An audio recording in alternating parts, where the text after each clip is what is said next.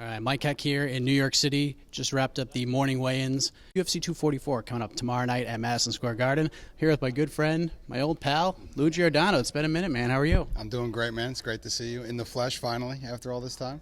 Absolutely. So you've been sort of in the MMA game for a while, helping fighters cut weight and try to find that healthiest version of themselves. You were around the UFC for a while. You kind of took a step back. You're still working with some fighters like Shorty Torres and some others. I know you're working with B-Win. I know you work with Valerita as well. How does it feel to be back at a UFC event? It feels different but similar, if that makes sense. Obviously, I've been here before, but it feels good. It's just a different kind of a camp.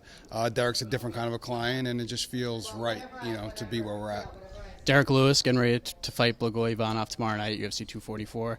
You got called in to help him manage his weight. He looked absolutely fantastic. Everyone's been buzzing about it. How does that make you feel on that end? Because, there were some instances where things happen, but Derrick seemed to be zoned in on everything. He looked phenomenal, probably the best he's ever looked. How does that make you feel?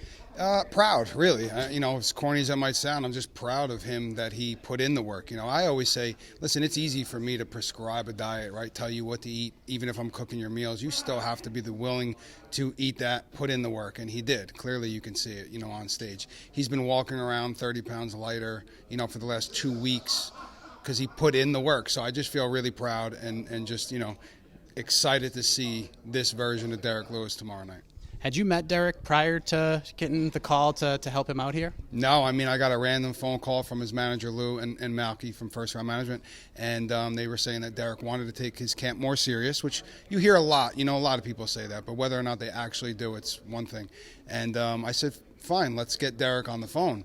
And I could tell by the few words that he said then that he really was willing to take it serious, So after about a month, I got on a plane and met him for the first time. And I was like, wow, he's a lot leaner in person, but he's also been on protocol for a while. So he's a guy that, if you watch his interviews, he's got a very dry sense of humor. He's very funny. He gets very loose. Doesn't like to do a lot of media, but when he's out there, he just kills it. My balls was hot it was the trending thing from last year. Yeah. Meeting Derrick and being around him and seeing his personality, was anything surprising about it? Was he funnier than you thought? Like, what was that like for you, getting to know Derrick Lewis? So, he's very quiet. That's what, a lot of people don't know. They see that persona. They see, how he is after a fight. But in his personal life, he's a family guy. He wants to be home with his wife and his kids. So we didn't spend a lot of time together because of that, which I like personally because I'm the same way. And he's quiet, but, we started the dry sense of humor back and forth because that's my favorite kind of humor too. But, first time meeting each other, you kind of feel each other out. And as we got later in the camp, we certainly spoke a little bit more, had a little bit more fun, but he's very quiet, very quiet in person. Getting the meals prepped for him and getting all that stuff ready. Was there a meal that you would have to make him when you told him that you were going to make this specific thing? He was like, oh, God, not this again. No, and the thing with Derrick is he's not going to eat it, whereas I have other clients where they're like, maybe they didn't like it as much, or they would say, hey, can we make something different? Sure, Derrick would be like, no, I'm not eating that. So it was very challenging because not only would he say, no, I'm not eating that, he also wouldn't tell me what he really wanted because what he really wanted, he knew I wouldn't make him, So I kind of found things that I knew that he liked because he would just say it was okay. And to me, that was great coming from him.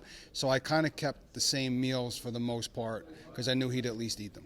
Do you feel better at these UFC events? And what I mean by that is I know you're still working in MMA. It gets kind of negative between the nutritionists. I know you've been back and forth with some of the other guys. Now you're kind of doing your own thing. Things have changed a little bit in the space. Does it feel different now? It does. It feels, for me anyway, I focus, by taking that step back, it made me realize, just focus on yourself, focus on the people you're working with. And in both, MMA community, and again, I've been doing this for 18 years, where helping everyday, hardworking people.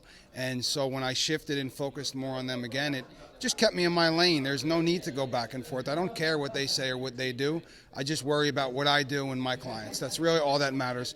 And having that mindset has just been phenomenal because I don't really care what they have to say or what they're doing. I haven't seen anybody, heard anything, and it's been great. Now that you're back doing this a little bit more, now you're back with the UFC and helping out clients that compete in this organization, do you feel like we'll be seeing you a little bit more, or just kind of keeping everything simple, keeping the circle small, Seinfeld style? Yeah, I mean, you can't go wrong with Seinfeld style, I've said that from day one. My goal was never to work with all the fighters. My goal was to try to help as many as I can, and by educating people and being so open on my social media platform about, man, there's no real tricks behind this. It's really just discipline and you following certain protocols can help a bunch of people who can't afford somebody like myself. That's always been my goal. It's not been to try to work with every fighter and have all these people's names on my resume. Find a few people who I click with, can build a relationship with, and then just keep doing what I'm doing to try to help as many people as I can. That's the focal point. So if I find a couple other fighters, maybe, but I really like the core group that I have right now, and just building off of that. What a card to come back to. You're a Jersey guy, coming to Mecca, Madison Square Garden, the world's most famous arena, representing Derrick Lewis. Of course, you got Diaz versus Masvidal in the main event for the BMF title. I mean, this is perfect. What a perfect card to come back to. It was, and even having a heavyweight, right? There's a lot less pressure because obviously we know some of the things that happened in the past. It was just perfect all around. Knowing that I was going to be in his camp for a few weeks, so I'm away from home, I'm away from friends and family. I'm actually leaving next Wednesday to go to Bahrain because Shorty's fighting for a world title. So knowing I'm going to also be on the road again, man, I've been sleeping in my own bed this fight week. I opted to not stay in the Fighters Hotel because I'm so close to home. So it's been a different fight week, because I'm not here as much, and then I get to go home and have my own world, which has been phenomenal. And then Madison Square Garden, I mean, you can't ask for a bigger event, and the main event's probably one of the biggest events, of the year, I think. I'm not going to ask you game plans or anything like that, but you got to watch Derrick Lewis train, you got to watch him throw punches and kicks and spar a little bit. Scariest thing I've ever seen, man. It's the scariest thing I've ever seen. And again, that's no disrespect to anybody that I've worked with. I've worked with some of the best fighters in the world, and to see them train was phenomenal as well. But there was just something about Derrick, like I had this feeling of like, it's just scary. Like, he's deceptively fast. He's so athletic, and I've never seen anybody hit as hard as him. So when I went out there, I'm hearing the coaches say, how bad his conditioning used to be and how heavy he used to be. But I'm seeing this fast, lean, motivated, hard-hitting, not getting tired Derrick Lewis. And that's all I've seen, so I'm like, I don't know what you guys are talking about. Obviously I could go back and watch his old fights, and you see him get tired. Man, I've seen him hit round after round after round and just not get tired. It's definitely the scariest thing I've ever seen, for sure. Well, it's great to have you back, and before we let you go, I watched your interview with James Lynch, another one that came full circle. You guys have been chatting for a while. We've been chatting for a while. I'd be remiss if I didn't talk about our mutual friend Brian Levick. I know you talked to James about it, and he kind of put us together. We've been talking ever since, and he's with us right now. He's watching everything that's happened right now. He's yelling at me every day, all day, yeah. He's seen the roller coaster ride in MMA. Yeah. If he saw you here at MSG, getting ready for MSG, working with Derrick Lewis, what do you think he would say to you right now? I think he would just really be proud, man. He really would. He would just be so happy. And again, I owe a lot to him, and I think he would just be proud. And to know that and to feel that just makes me feel good about where I am, who I am, and how I continue to conduct myself. And that's the most important thing.